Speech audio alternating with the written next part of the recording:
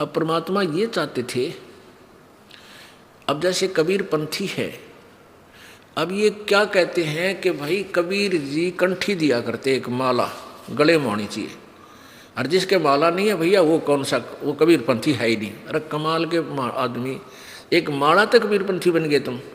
कबीर पंथी बनोगे परमात्मा के प्रत्येक मर्यादा का पालन करने से और वही मंत्र जाप करने से।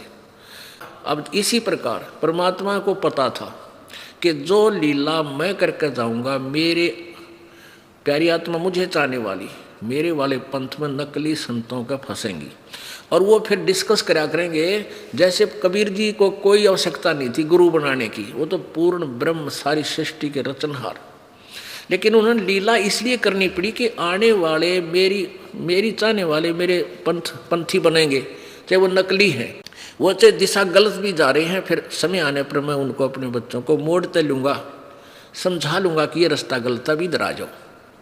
तो इसलिए यदि कबीर जी गुरु धारण नहीं करते या लीला नहीं करते तो आज ये कबीर पंथी न्यों कहते कबीर जी ने कौन सा गुरु धारण किया था, हम क्या जरूरत है गुरु की, यानी कत्ती बट्ठा बैठा देते, परमात्मा से विमुख कर देते। अब देखो, एक इस गीता जी का अनुवादक है एक, वो श्री संत राम सुखदास जी, उन्होंने थ्योरी बना दी, वो श्री कृष्ण जी के उपासक थे, कि अभी बीच में गुरु की कोई ज़रूरत नहीं, सीधा श्री कृष्ण से बात करो। कर दिया, काट दिए बाईपास सारे। अरे तेरा गजब भैया। वो राम सुखदास जी का हरिद्वार में एक आश्रम है, वो मृत्यु से 1 वर्ष पहले हमारे एक भक्त का कोई रिश्तेदार उसका शिष्य था। हमारे भक्त ने गहरी नज़र गीता में जो दास ने अनुवाद किया है वो दिखाई और समझाई। तो वो कहने लगा, हमारे भक्त का जो रिलेटिव था, हमारे भक्त का जो रिश्तेदार था, वो कहने लगा कि भी मैं अपने गुरु जी से इसके अनुवाद के बारे में पूछूंगा अगर ये सही है या नहीं। कि किससे पूछेगा? कि श्री राम सुखदास जी से। वो हरिद्वार पहुंचा उस पुस्तक दास के द्वारा अनुवादित पुस्तक को लेकर। तो वो खुद ही आकर उसने हमारे भक्त को बताया, उसके रिश्तेदार ने, कि मैंने गुरु जी से दिखा कि महाराज जी देखियो ये अनुवाद किया है किसी संत ने। वो बता रहा था उसने 2 घंटे पढ़ी वो पुस्तक। तो कहने लगा, भाई बात सुन ले, अनुवाद तो कति और करेक्ट कर रखा है, इस अनुवाद मैंने देखा ना सुना किता है, और सही कर रखा भाई। और इस संत के पास खास वस्तु है, मैं तो लिया बुढ़ा, मेरी तो उम्र रह रही ना, तू जाना चाहो तो जाकर कल्याण करवा लिए। उसने आकर के तुरंत हमारे भक्त को बताया, लेकिन कैसे ऐसे बोले। हमारा भक्त बोला, फिर आ जाओ नाम ले लो। बोला ना बस नहीं ठीक सा, हम तो सीधे कनेक्शन रखेंगे श्री कृष्ण तक। अरे तेरा गजब हो, ये जो वह बात है ना, एक हमारे भक्त ने कथा सुनाई। बोला जी कुछ तो ऐसे ढीठ इंसान होते हैं जो आँखें देख लें तो भी ना माने। जैसे कोई बस जा रही है और वह रास्ते में खराब होगी, वह रुकेगी तो कंडक्टर ड्राइवर नीचे उतर कर देखा देखी कराया करे, साथ में दूसरी बस वैसे भी रुक जा तो बुद्धिमान व्यक्ति वैसे ही उतर कर उसमें चढ़ जाते कि अब खराब होगी कि पता नहीं कब चलेगी। और कुछ एक फिर दूसरी बस आ जाती है और कंडक्टर ड्राइवर कहते हैं भाई बस खराब होगी, दूसरे में बैठ जाओ। तो बहुत से तो उतर कर दूसरी बस में चढ़ जाते हैं, और कुछ ढीठ फिर भी बैठे रहते, कदे चाल पड़े यही चले।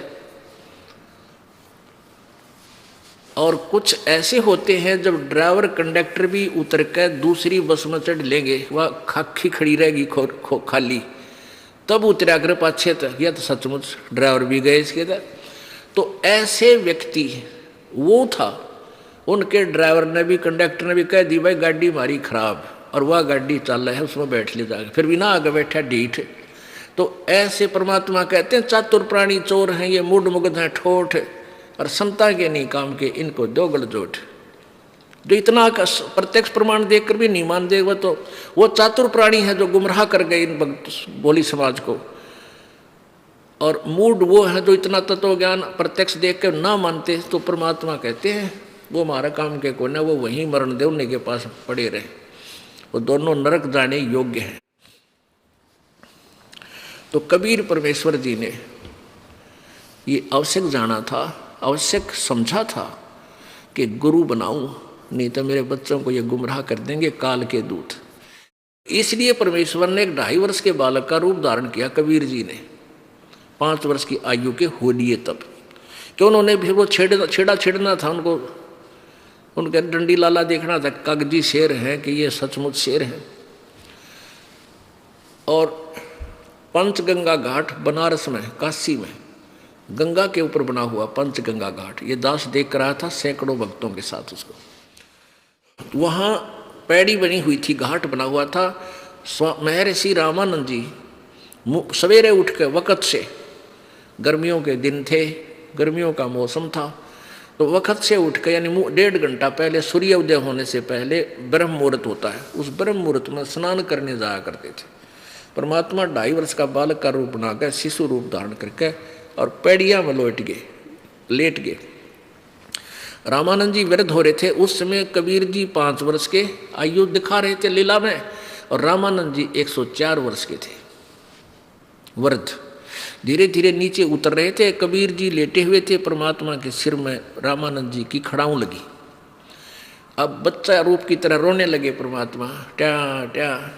रामानंद जी, संत कोई भी है दयालु होते हैं, एकदम झुके, ओहो कोई बालक का लगी ठोकर, नीचे झुके, और कबीर जी बैठे हो गए।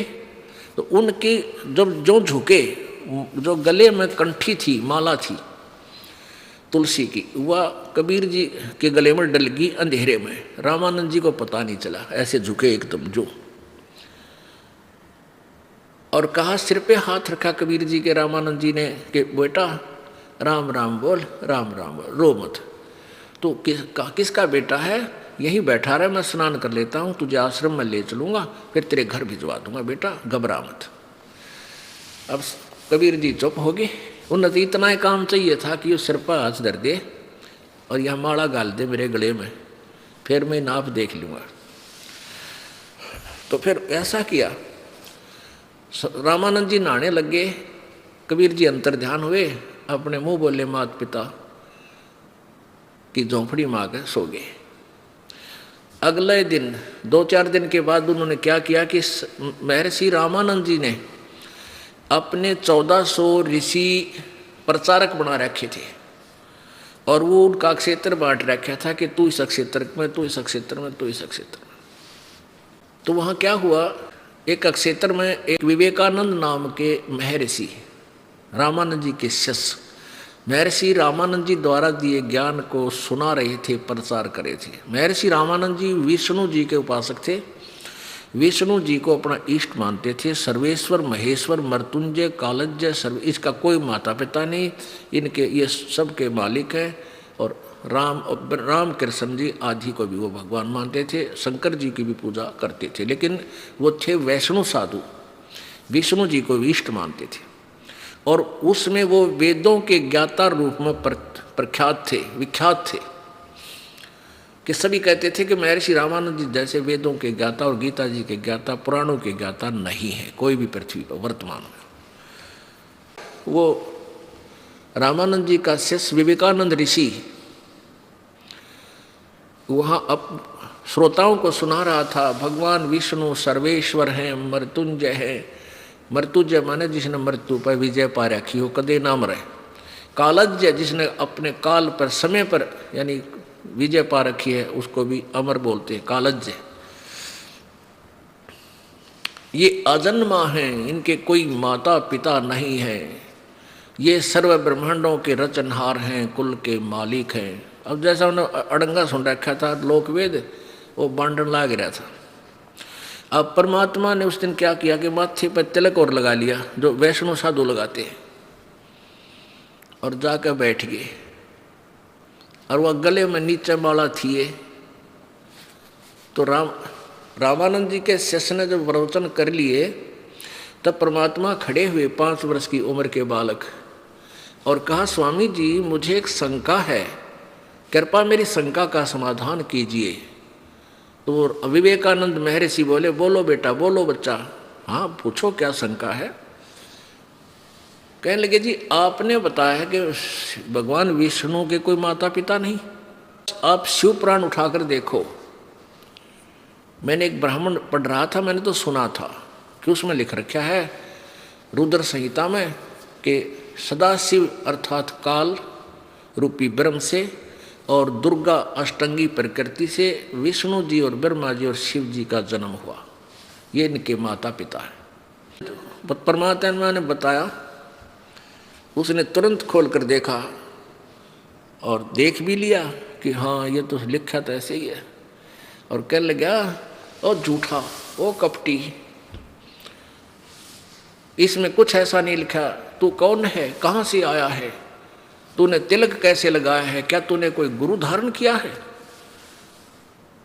तो परमात्मा कबीर जी तब बोले नहीं, तब वो श्रोता ही कहने लगे, जी ये तो उस नीरू का लड़का है, दुल्हे का जो कहीं पड़ा वहाँ कमल तालाब में पाया था।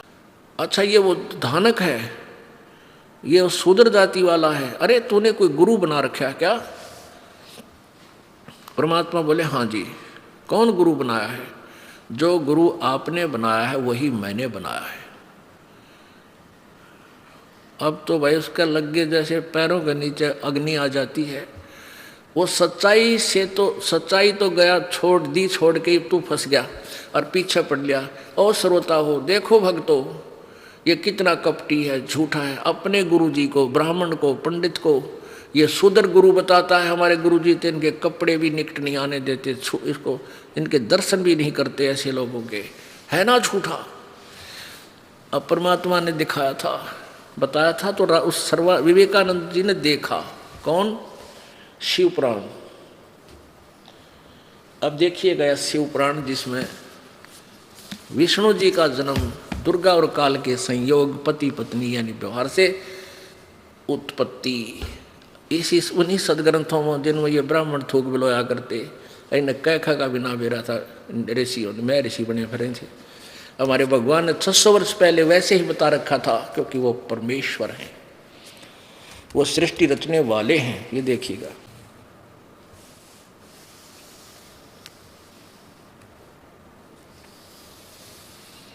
शिव पुराण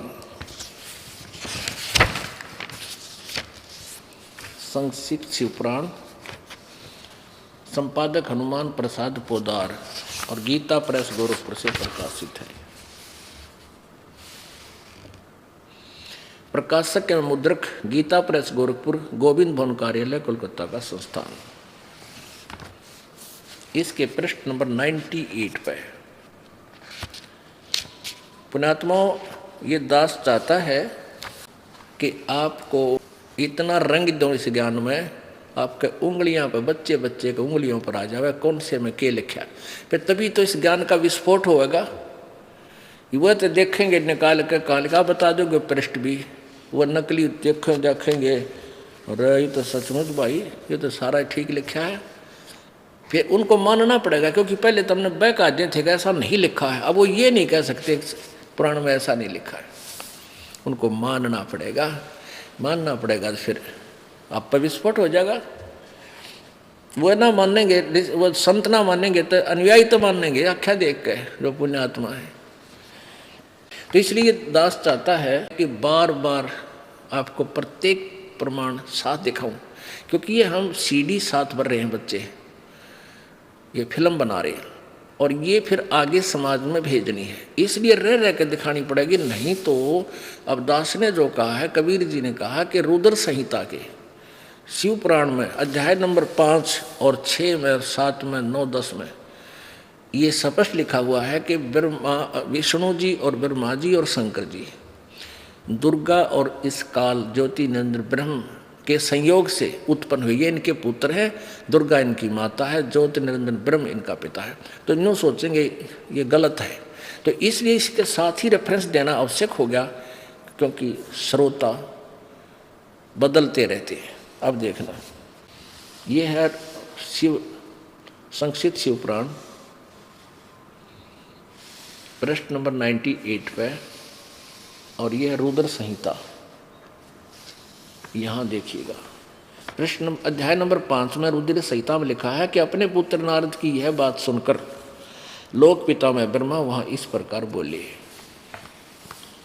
अब ये 5वां अध्याय था, यहाँ समाप्त हुआ। अब 6 में ब्रह्मा जी ने कहा, ब्रह्मन यानी ब्रह्मा जी ने अपने पुत्र नारद से कहा, ब्रह्मन देव शिरोमणि, तुम सदा समस्त जगत के उपकार में लगे रहते हो। तुमने लोगों के हित की कामना से बहुत उत्तम बात पूछी है।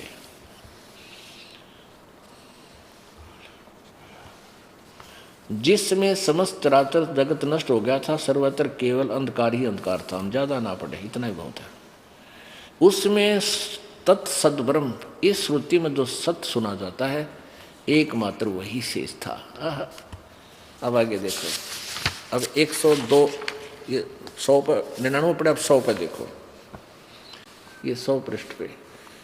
जिस परब्रह्म के विषय में ज्ञान और अज्ञान यानी सच्चा झूठा पूर्ण युक्तियों द्वारा इस प्रकार विकल्प किए जाते हैं, उसने कुछ काल के बाद द्वितीय की इच्छा की।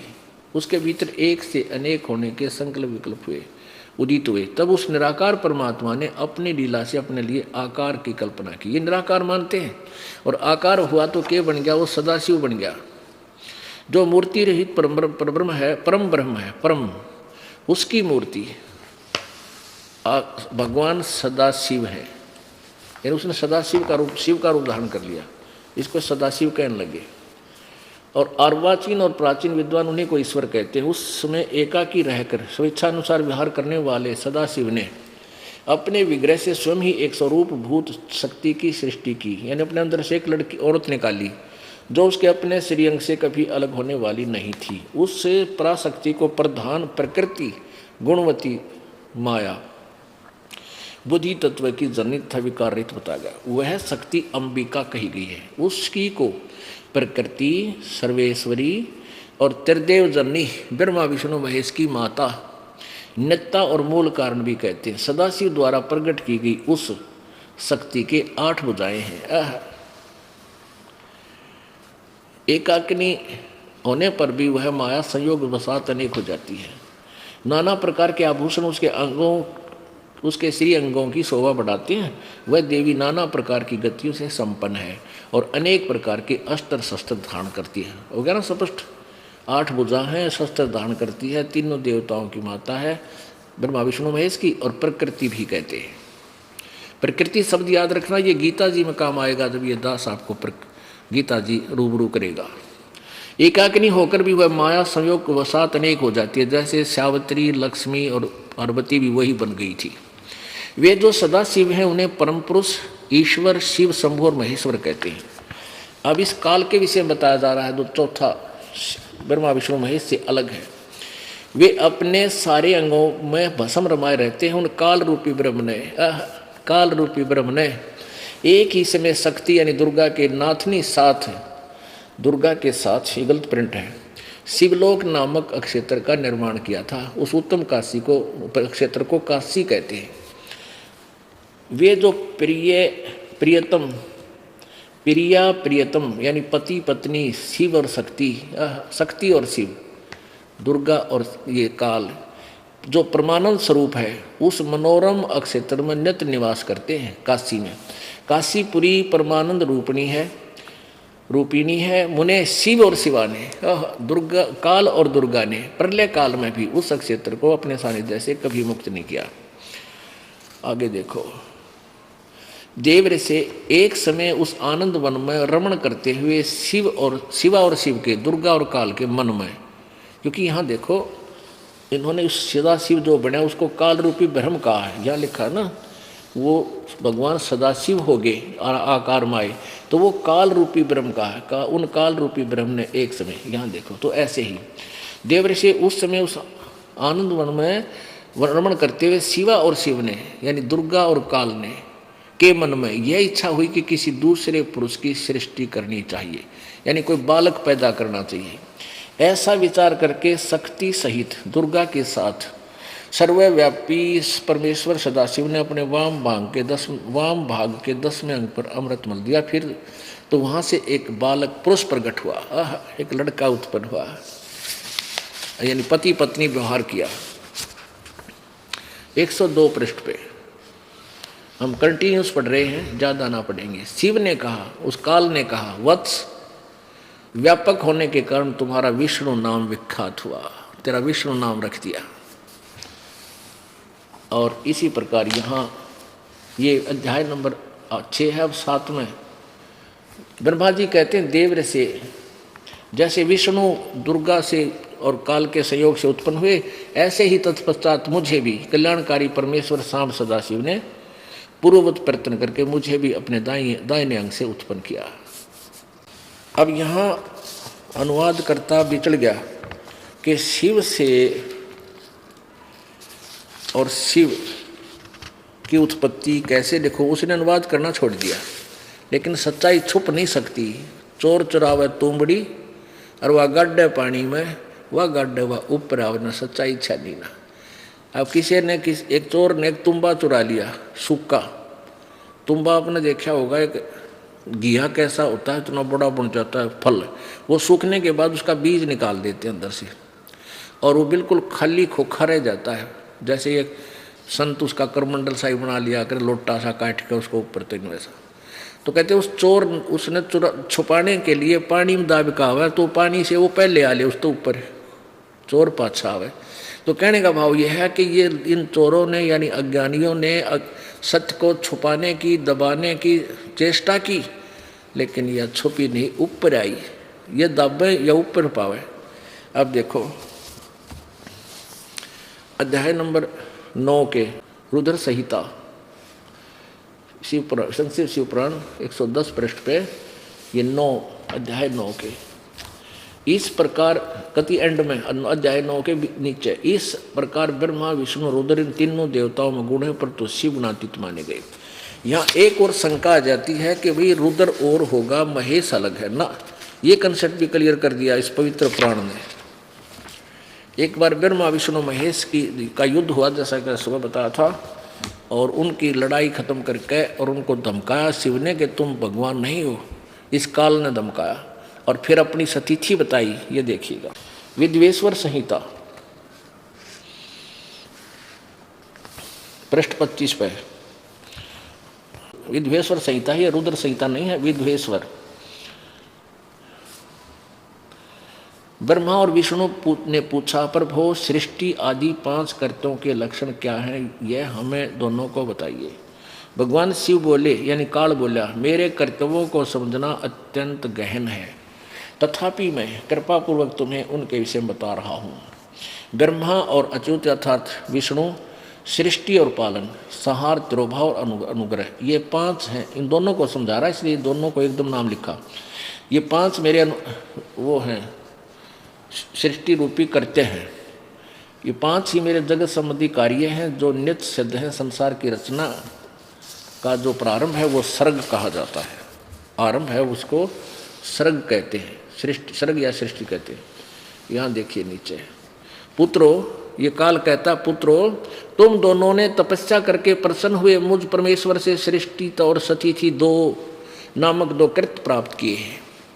बेटो, अब काल बोल रहा है कि इन ब्रह्मा और विष्णु को कह रखा है, तुमने तपस्या करके मैं प्रसन्न हो गया तुम पर, और तुम्हारे को एक को सृष्टि एक को पालन, 2 विभाग दीजिए। अब आगे देखो, रुद्र और महेश्वर और न्यारा है इस बोलनीयत, बोलने वाले से, यानी वो काल से अलग है।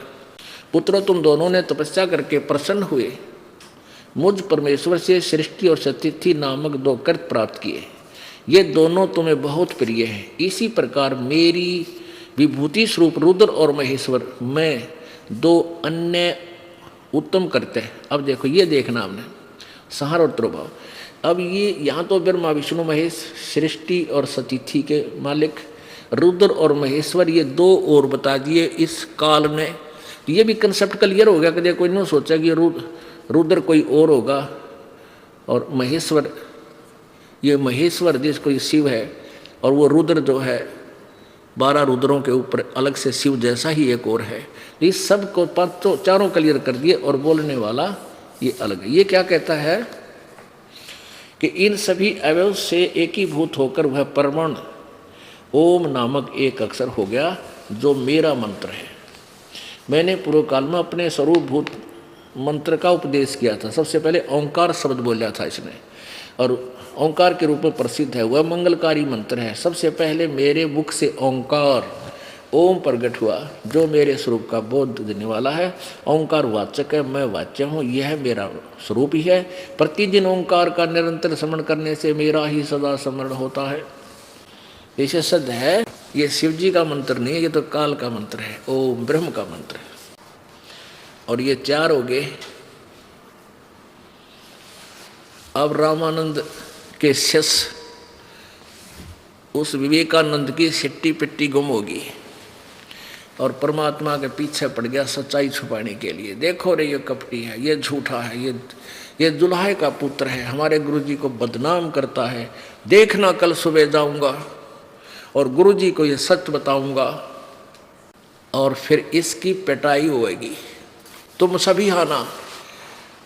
अब वो बोली श्रद्धालु तो वही गुरुजी के ऊपर आरूढ़ थे, उन्हें तक गुरुजी दिखे थे, भगवान दिखाई ना दे थे, क्योंकि मोतिया बंद कर रखा है अज्ञानी संतों ने। सब प्यारी आत्माओं का मोतिया बंद कर रखा ज्ञान का। अब उसने जाकर के स्वामी रामानंद जी से, महर्षि रामानंद जी से कहा, गुरुजी हमारा तो घर से निकलना दूभर हो गया। रामानंद जी कहने लगे, क्या बात होगी वत्स? विवेकानंद जी ने कहा कि स्वामी जी ऐसे ऐसे एक दुल्हाए का शूद्र जाति का लड़का, 5 वर्ष का बालक आपको अपना गुरु बताता है। हे प्रभु, हे मालिक, हमारी तो नाक काट दी। इस भरी सभा में उसने कहा है, हजारों व्यक्ति, सैकड़ों व्यक्ति विद्वान थे, उपस्थित थे। और कल हम कैसे मुंह दिखाएंगे संसार में? पहले छुआछात बहुत ज्यादा थी और ब्राह्मण वर्ग सबसे उत्तम माना जाता था, ब्राह्मण वर्ग। और ये शुद्ध अन्य जाति वालों को पढ़ने और शिक्षा ग्रहण करने का, संस्कृत पढ़ने का अधिकार नहीं था, केवल ब्राह्मण ही पढ़ सकता था। तो उसने क्या किया, रामानंद जी कहने लगे, कल्ला उसको पकड़ के और बुला ले उन सभी को जिनके सामने उसने मेरे को अपमानित किया है। अब रात ने नींद भी ना, उस विवेकानंद जी ने तो 5-10 मुस्टंडे साथ लिए और पहुंच गए वहाँ पे जुलाहों की कॉलोनी में, दानका की कॉलोनी में। और वहाँ कहने लगे, वो कबीर कहाँ रहता है, वो नीरू कहाँ रहता है। वो पूछ ही रहे थे। एक बहन ने सोचा, आज तो ये ब्राह्मण कति कोई उपद्रव करने आ रहे हैं, हाथ में लठ ले रहे और नीरू जी को पूछ रहे हैं। तो वो दूसरी साइड से सोरठ कट निकल गए और आगे बताने लगी कि आज आपके ऊपर कोई आपत्ति आने वाली है। नीरू को, नीमा को कहने लगी। वो बोली, क्या बात है? कि आपके घर का की जानकारी प्राप्त कर रहे हैं और ब्राह्मण हैं 10, 8, 7, 9, 10 और लठ ले रहे हैं और आपका घर पूछ रहे हैं। उनकी नीयत ठीक नहीं लगती मुझे, क्रोधित है। अब नीमा जानेगी कि ये कबीर जी किसी ने छेड़का है ब्राह्मणों को, क्योंकि परमात्मा रोजाना किसी न किसी का जो है ना डंडी ला का आया करता। तुम झूठ बोल रहे हो, तुम सच्चाई नहीं कह रहे हो, तुम दुनिया को भ्रमित करते हो।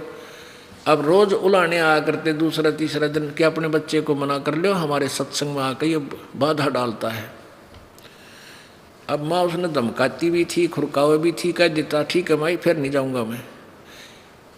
अब उसने देख लिया, माई को समझ में आ गई कि आज फेरियो किसी का जरूर पत्थर कंकर मार कर है, छेड़छाड़ करके आया है किसी को। तो माई ने अपने बालक को वहाँ झोंपड़ी से उठाया। सुबह सुबह की बात, बखत से पहुँच गए, वो तो सूर्योदय भी ना होया था।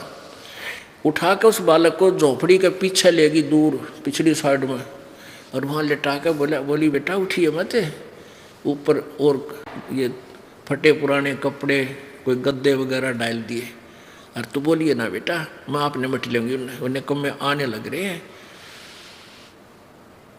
तो जब वो माई उस परमात्मा को छुपा छुपू कर आई, इतने में वो सामने आ लिए मस्टंडे लठ ले रहे, कहते कहाँ है वो तेरा लड़का, कहाँ है वो तेरा कबीर, निकाल उसको बाहर। माई हाथ जोड़ के कहती है मेरे बेटे ने क्या गड़बड़ कर दी, मैं धमका दूंगी, मैं उसको पीटूंगी, आज के बाद कोई गलती नहीं करेगा। नहीं, आज उसकी साथ सहमत आएगी, उसकी बहुत पिटाई होगी।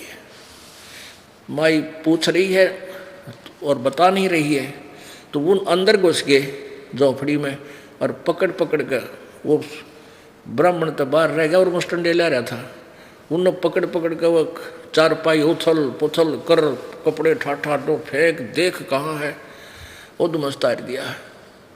और माई रो रही है, नीरू रो रहा खड़ा खड़ा, क्या बात होगी, ऐसा क्यों करते हो। तो परमात्मा ने सोची माता पिता ने पीट ना दे, अक बता कहाँ है, झगड़ा ना कर दे, तो हटा के वो कपड़े बाहर खड़े हो गया वहाँ पीछे और कहने लगा ओ विवेकानंद, मैं यहाँ खड़ा हूँ झोपड़ी के पीछे, मैं तो यहाँ खड़ा हूँ। अब वो जो सुनते सारे भाग गया बड़दा और पकड़ दिया परमात्मा को बाजू से लेके चलने लगे। तो नीमा चिपट गई उस अपने बेटे के, जो मेरे बच्चे को मत मारो मत मारो, ना ले जाओ। अब उसको डंडे मार लात मार उस माई का और बेहोश करके वहाँ गिर दी। ओ तेरा कसाईयो। नीरू चला बच्चे को पकड़ने के लिए, नीरू के भी मारे काफ़ी सिर फोड़ दिया, काफ़ी रक्त निकला, नक्त सरवाहा गली में पड़ा है और परमात्मा को घसीट कर ले जा रहे हैं।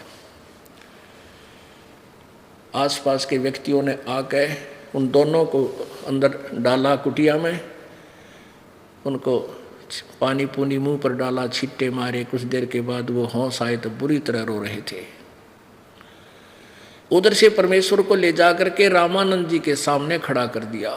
रामानंद जी ने अपना ड्रामा पूरा कर रखा था कि वो ब्राह्मण था और ब्राह्मण यूँ दिखाने के लिए कि मैंने इसको नाम नहीं दिया, ये मुझे बदनाम करना चाहता था, अपनी इज्जत बचाने के लिए अपनी झोंपड़ी के सामने कपड़े से पर्दा लगा लिया, झोंपड़ी में विराजमान हो गए अपने आसन पर और कबीर जी सामने खड़ा कर दिए। तब रामानंद जी ने पूछा कि तू अपने आप को खुदा कहता है, क्योंकि उन्होंने बताया ना कि परमात्मा ने वहाँ काफ़ी वार्ता की थी विवेकानंद से कि मैं वही परमात्मा हूँ, मैं पूर्ण ब्रह्म हूँ, इसलिए मैंने शास्त्रों का ज्ञान है और तुम्हें बता रहा हूँ, तुम देख लो। तो रामानंद जी कह रहा था तू अपने आप को भगवान कहता है और कौन है तेरा, कौन सा तेरा पंथ है, कहाँ से तू आया है, तेरी के जाति है, इस तरह विवाद करने लगा। परमात्मा ने कहा कि जात हमारी जगत गुरु परमेश्वर है पंथ, और दास करीब लिखित पड़े मेरा नाम निरंजन कंथ। परमात्मा ने कहा स्वामी जी यदि मेरा नाम पूछते हो तो मैं वो निरंजन कंत हूँ। निरंजन कंत माने पति, स्वामी, मालिक। निरंजन माने जिसका वो माया रहित। निरंजन का अर्थ होता है माया रहित, यानी निर्लेप, सब विकारों से रहित। और कंत माने स्वामी, मैं वो हूँ। यानी ये निरंजन अर्थ वैसे परमात्मा के लिए है निरंजन शब्द, लेकिन ये ज्योति निरंजन भी अपने आप को भगवान कहता है, लेकिन ये ज्योति निरंजन है। हम सोरठ कर कहीं पर इसको निरंजन भी बोल देते हैं।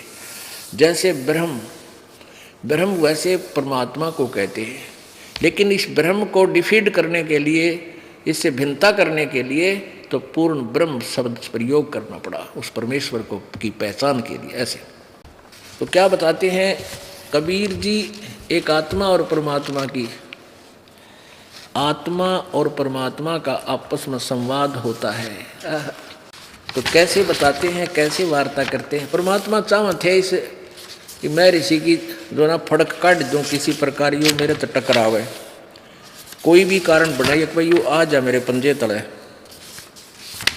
इसने सीधा कर दूंगा। क्योंकि परमात्मा कबीर जी प्रत्येक युग में आए हैं। और ये रामानंद जी वाली आत्मा सतयुग में विद्याधर नाम का ब्राह्मण था, और जो कमाली वाली आत्मा थी वो उसकी पत्नी दीपिका थी। और यही रामानंद वाली आत्मा त्रेता युग में वेदविज नाम का ऋषि हुआ और दीपिका वाली आत्मा इसकी पत्नी हुई। तो इन दोनों युगों में भी परमात्मा, ये दोनों निसंतान थे। परमात्मा ऐसे ही बालक रूप धारण करके इन दोनों ही युगों में इन्हीं को प्राप्त हुए थे। तो उनकी वह सेवा परमात्मा ने देनी थी, इनका उद्धार करना था। ऐसे इसलिए परमात्मा उनके पीछे लगे हुए थे कि किसी प्रकार इस आत्मा का उद्धार बने। तो क्या वार्ता होती है परमात्मा और आत्मा की। अब रामानंद जी अंदर पर्दे से के अंदर से बोल रहे हैं और परमेश्वर की वाणी है, जो जन हमारी शरण है ताका हूँ मैं दास, और गेल गेल ला गया फिर जब लग धरती आकाश। तो उसी तरह परमात्मा की शरण में ये रामानंद जी वाली आत्मा सतयुग से ही चल रही थी, लेकिन ये सतयुग त्रेता द्वापर में ये जीव अपने पुण्यों से घना सुखी होता है, इसलिए ये उस समय कम सुनता है। और कलयुग में पाछी इनकी सारी सिद्धि खत्म हो जाए, इनके पास खख नहीं रहता, बात बात रह जाती है। फिर ये पकड़े जाते हैं, परमात्मा अपने बच्चों को फिर अपनी शरण में ले लेते हैं। रामानंद अधिकार सोने जुल्हा अक जगदीसे। आपने कबीर साहब के कबीर सागर में सुना कि संवत 1775 हुई, यानी उसको ऐसे 74 है, ये मिसप्रिंट है। और ता दिन प्रेम प्रगटे मम सोई। 1774 में मेरी वाणी और मेरे प्रति एक विशेष लगाव पैदा करने वाला एक हंस उत्पन्न होगा, मेरी आत्मा, और वो उसके द्वारा मेरी महिमा की वाणी प्रकट होंगी यथार्थ रूप में। वो फिर मेरी कृपा से मैं उनको अपनी चेतना दूंगा, अपनी शक्ति से उसके अंदर तत्व ज्ञान फीड करूंगा गरीबदास जी में, फिर वो मेरी महिमा की वाणी प्रकट करेगा। ऐसी निर्मल वाणी या तो कबीर जी की है या फिर गरीबदास जी की, कति क्लियर स्पष्ट के ये कबीर भगवान है और ये वही है जो बनारस में जुल्हा आया था। और उसने क्या क्या वार्ता हुई, तो वो वाणी प्रकट हुई। गरीबदास जी अपने कबीर भगवान की महिमा बताता हुआ एक मीडिया रूप में बोल रहे हैं। रामानंद अधिकार सोने जुल्हा अक जगदीश, दास गरीब विलंबना ताहे नवावत शीस। रामानंद को गुरु कहे वो तो तन से नहीं मिलात, गरीब दास दर्शन भय है पैड़े लगी जो लात। पंथ चलत ठोकर लगी राम नाम कै दीन, दास गरीब कसर नहीं वहाँ सीख ले परवीन। आडा पड़दा लाए कर रामानंद बूजंत, दास गरीब कुरंग छरी छवि अधर डाक टोकू दंत। जब रामानंद जी ने पर्दा लाकर अंदर बैठ के अपने कुटिया में बाहर खड़े परमेश्वर 5 वर्ष की आयु में, और निरे श्रोता बार देखने वाले आगे तमाशबीन, तब रामानंद जी अपनी कुटिया के अंदर इतना क्रोधित हो रहे हैं, अंदर अंदर ऐसे कूद रहे हैं जैसे मर्ग कूदा करे, गुस्से में आकर के, तू कैसे मुझे गुरु बताता है हैं? और तूने तेरी कौन जात है, तेरा नाम क्या है हैं? क्या बोले, कौन जात कुल पंथ है, कौन तुम्हारा नाम। दास गरीब आधीन गति फिर बोलत है बलि जाऊं मैं। गरीबदास जी कहें मैं अपने परमात्मा पर बलिहारी हूँ, क्योंकि अब गुरु जी के सामने कितनी विनम्रता चाहिए एक शिष्य को, सुयोग्य शिष्य को, वो भूमिका भी कर रहे हैं। रामानंद जी ऊट पटांग गाली दे रहा है, तो कुजात है, तेरा कोई माँ बाप का बेरा नहीं, तू तो दुल्हे के घर पड़े, और भगवान कहे आपको अपने आप को, क्योंकि वो निराकार मानते हैं भगवान को। सबकी थ्योरी उल्टी फिट है, सबका दिमाग उल्टा घूम रहा है, और आकार में भगवान बताता है, कहते तू अपने आप को प्रभु कहता है। परमेश्वर क्या बोले, जात हमारी जगत गुरु और परमेश्वर है पंथ। दास गरीब लिखित पढ़े मेरा नाम निरंजन कंत। यदि मेरी जाति पूछता है तो मैं जगत का गुरु हूँ, पूरे विश्व को सत्य ज्ञान मैं ही देता हूँ। और मेरा कौन सा पंथ है, मेरा परमेश्वर पंथ है। ओहो, पूर्ण ब्रह्म परमक्षर ब्रह्म वाला मैं मार्गदर्शन करता हूँ। परमेश्वर एक तो ईश तो ये ब्रह्म है किस ब्रह्मांड का मालिक, ईश्वर है ये परब्रह्म सात संख ब्रह्मांड का स्वामी, और परमेश्वर वो असंख्य ब्रह्मांड का मालिक। कहते उस पूर्ण परमात्मा के पाने के मार्ग को मैं प्रशस्त कर रहा हूँ, मेरा परमेश्वर पंथ है। अब रामानंद जी और नाराज हो गए, देख बालक अपने आप को मेरे सामने कहे मैं भगवान हूँ, और गरीबदास लिखित पड़े वेदों में मेरे को निरंजन कंठ अमर परमात्मा पूर्ण ब्रह्म लिखते हैं, यानी इसका कोड वर्ड बहुत लंबे चौड़े विस्तार बनता है, निरंजन कंठ के अर्थ बनते हैं, और लिखने में मैं ऐसे ऐसे वहाँ लिखा हुआ, ये मेरी महिमा है। रामानंद जी बोला, रे बालक सुन दुर्बुद्धि, तेरा घटमट तन आकार और दास गरीब दर्द लगा जब हो बोले सृजनहार। अब भगवान ने परमात्मा ने अपने आप को परमात्मा कह दिया तो उल्टी बुद्धि फिट हुआ वो महर्षि रामानंद जी ने को बड़ा दुख हुआ कि ये छोटा सा बालक और साकार नजर आता है, इसका तन भी है शरीर भी है, और तू अपने आप को भगवान कहता है।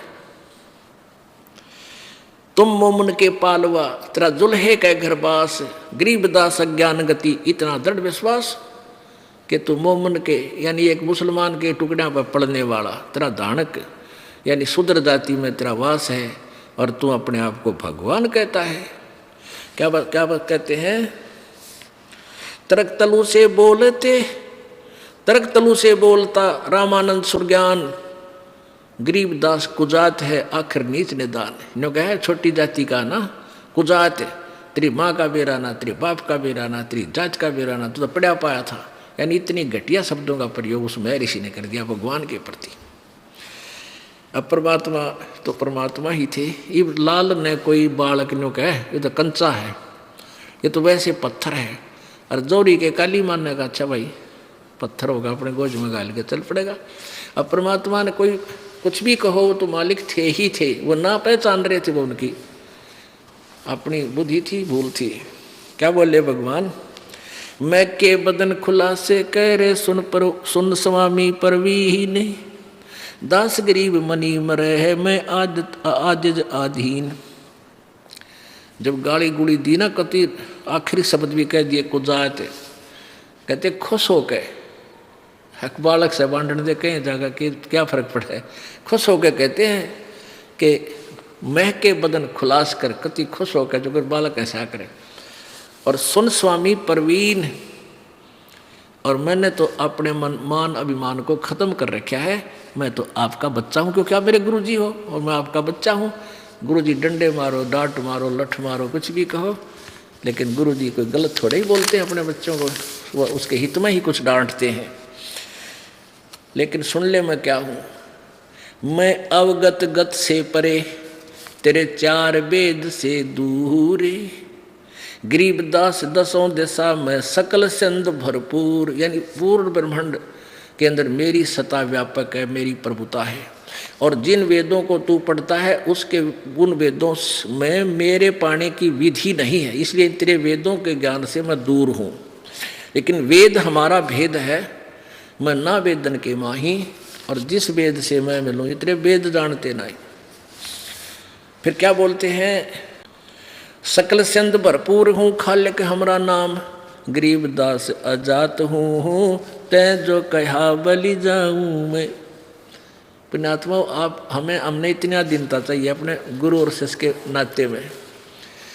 रामानंद जी तो डांट मार रहा है, और परमात्मा कहे जात पात मैं सब जगह व्यापक हूँ, और पूर्ण खालिक स्वामी सबका सृजनहार मैं हूँ, पर आपने मुझे जिस भी संज्ञा से संबोधित कर दिया, जो भी विशेषण मुझे दिया है कुजात का, नीच का, मैं आपके ऊपर बलिहारी हूँ क्योंकि आप मेरे गुरुदेव हैं। फिर क्या बताते हैं, जात पात मेरे नहीं, और नहीं बस्ती नहीं गांव में, जात पात मेरे नहीं, और यहाँ का कोई मेरा बस्ती गांव नहीं, मेरा ठिकाना तो कोई और है। गरीबदास अनंत गति नहीं हमारे चाम, ये तेरे जैसा शरीर मेरा नहीं है, चाम वाला नहीं है। नाद बिंद मेरे नहीं, नहीं गूद नहीं गात, गरीबदास शब्द सजा नहीं किसी का साथ। ए स्वामी श्रेष्ठ